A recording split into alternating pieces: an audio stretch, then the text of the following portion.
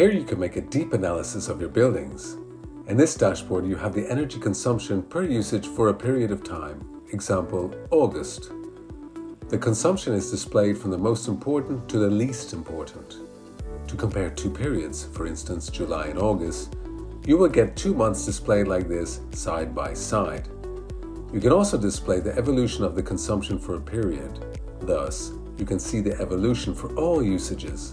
Of course, you can have this for a specific application, like here.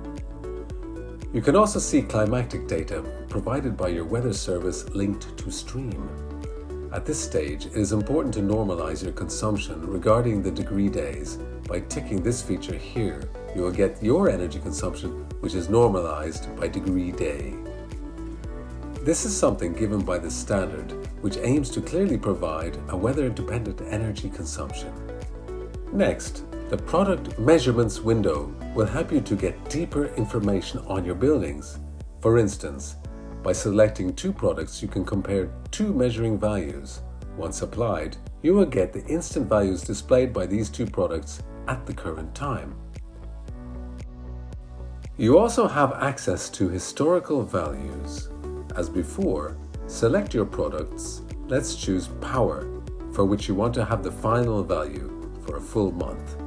If you select the two products, you will clearly see the power consumption trends for the selected period.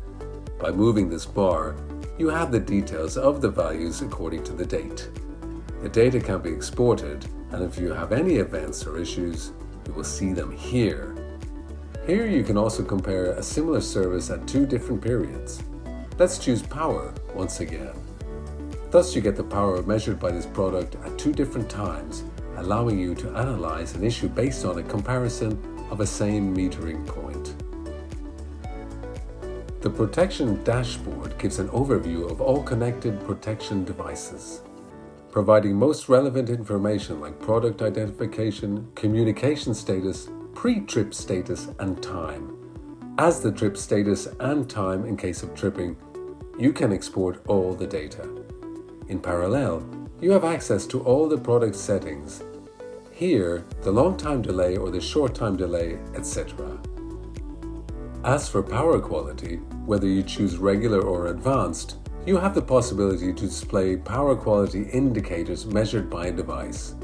For instance, this power monitoring device indicates the power factor, the THD for the voltage or the current, the harmonics also for phase-to-phase voltage as the current per phase harmonics.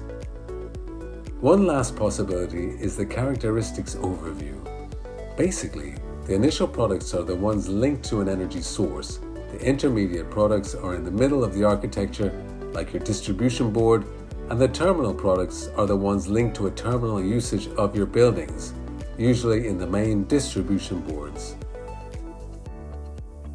The wages can also be displayed if you measure the data. Finally, this EIEC dashboard displays the performance according to the standard. It gives you an indication about the values expected by the standard. This way you can see all the criteria given by the standard, what is expected, and what your current situation is. It then gives you the classification of your building.